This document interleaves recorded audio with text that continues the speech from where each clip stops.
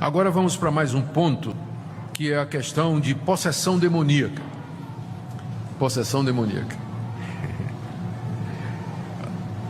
Bom, a igreja presbiteriana, né, ou os reformados históricos, as igrejas históricas, acreditam na existência dos demônios e na possibilidade dos demônios entrarem na vida de uma pessoa. Não tem como não acreditar. A Bíblia mostra casos desses, não é? Mostra casos desses, de gente que é tomada por um espírito maligno. O espírito entra na vida da pessoa, domina as suas faculdades, às vezes. Uma vez eu coloquei no meu mural, no Facebook, uma frase que deixou muitos amigos pentecostais e neopentecostais furiosos, né? Eu disse assim: depois que Satanás entrou em Judas, ele não caiu no chão revirando os olhos, falando em outra língua e babando pelo canto da boca. Ele saiu e foi vender Jesus por 30 moedas. Aí o pessoal ficou furioso, porque eu estava dizendo que possessão demoníaca não é só quando a pessoa está caindo no chão, falando numa voz diferente, não é, parecendo uma outra personalidade. Tem muita gente endemoniada, muito mais do que a gente pensa, e que não faz esse tipo de coisa. O problema da Igreja Universal é que endemoniado é só quem tem esses sintomas, né? Mas Judas não tinha sintoma nenhum, mas a Bíblia diz: Satanás entrou nele. E Judas não teve nada disso, ele saiu tranquilamente e disse: quanto é que vocês querem me dar para eu entregar a Jesus? Então quem é que causou mais prejuízos? Judas ou o endemoniado gadareno? Sem dúvida foi Judas, não é? Então tem muita gente endemoniada ganhando dinheiro vendendo Jesus hoje. E está endemoniado mesmo, está possuído por um espírito maligno e ganhando dinheiro vendendo Jesus do mesmo jeito. Do mesmo jeito. Então, cremos em possessão demoníaca, sim, não é? O problema é que isso é reduzido às vezes a uns coitados que tem esses episódios, né, físicos, né? E a gente esquece que o papel, ou que o pior tipo de possessão demoníaca é aquele tipo que aconteceu em Judas, em que Satanás domina a mente, o coração, e ele parece absolutamente normal, mas ele está empenhado em fazer o mal e destruir a igreja e a verdade.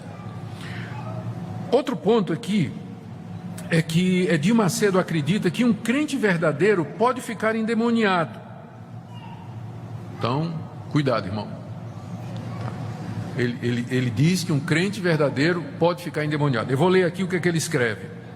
Num capítulo de um livro dele sobre, o título é Caboclos, Orixás e Demônios, se não me engano.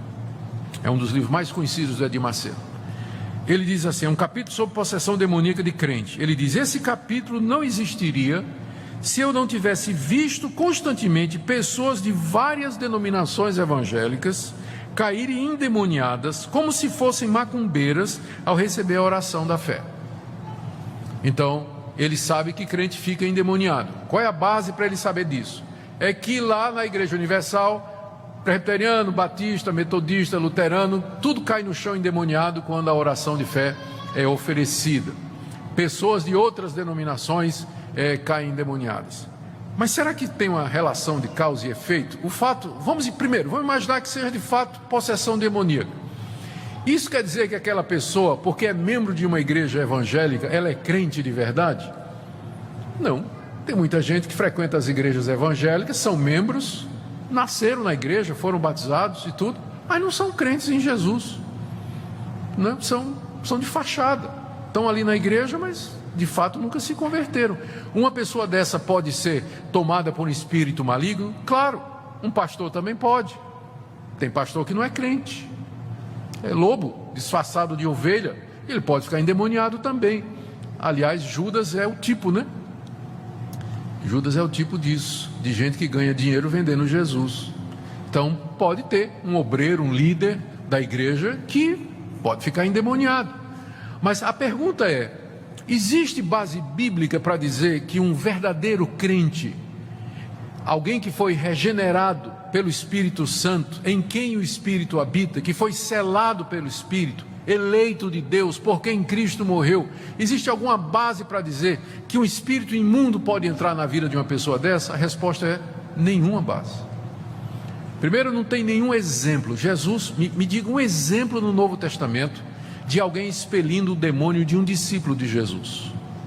Nos Evangelhos, no livro de Atos, não tem um único caso de um discípulo de Jesus ter sido submetido a um exorcismo para resolver os seus problemas. Segunda coisa, me ache nas cartas que os apóstolos escreveram para as igrejas, onde havia pessoas com muitos problemas, pessoas doentes, pessoas opressas por problema financeiro, pessoas enfrentando dificuldade. Me encontre uma única passagem em que, por exemplo, Paulo diz assim: se algum irmão está doente, chamem os presbíteros da igreja, orem com ele, impondo as mãos e expulsem os demônios que estão fazendo isso na vida desse irmão. Me encontre uma única passagem no Novo Testamento que recomende o exorcismo como solução para o problema de um crente. Não tem uma única passagem no Novo Testamento. Como é que os crentes resolvem os seus problemas? Eles se dirigem a Deus.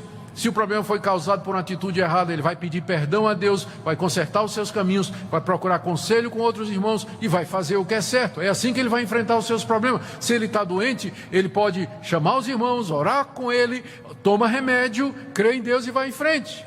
Mas expulsão de demônios nunca é apresentado no Novo Testamento às igrejas, aos cristãos, como solução para os problemas. Se aparecer uma pessoa endemoniada, nós vamos resolver. Em nome de Jesus. Se de fato tiver uma pessoa endemoniada que visita a nossa igreja, que não é crente, visita a igreja e tudo mais, nós vamos resolver em nome de Jesus, né? Com a autoridade que Ele nos deu de expelir os demônios. Mas eu não vejo isso acontecendo entre crentes, né? Não há nada no Novo Testamento. Aliás, ao contrário, a Bíblia nos diz que é maior aquele que habita em nós do que aquele que habita no mundo. E está dizendo também que aqueles que são de Cristo, o diabo não lhe toca. Não lhe toca. Ah, pastor, mas e Pedro? Quando Jesus disse arreda Satanás. Onde é que está dizendo? Lembra daquele episódio? Quando Pedro tentou dizer a Jesus que ele não devia ir na cruz. E Jesus voltou para Pedro e disse: arreda Satanás, porque não entendes das coisas de Deus, mas somente dos homens. Olha, Pedro estava possuído. Onde está dizendo que Pedro estava possuído? Pedro foi tentado pelo diabo. E Pedro disse uma bobagem. E Cristo viu por detrás das palavras de Pedro o diabo. E foi direto na fonte. Não tem nada ali dizendo que Pedro estava endemoniado ou opresso por um espírito maligno. Ah, mas e Saul no Antigo Testamento, que vinha um espírito que se apoderava dele? E quem disse que Saul era crente? Saul era um rei ímpio, que não era temente a Deus.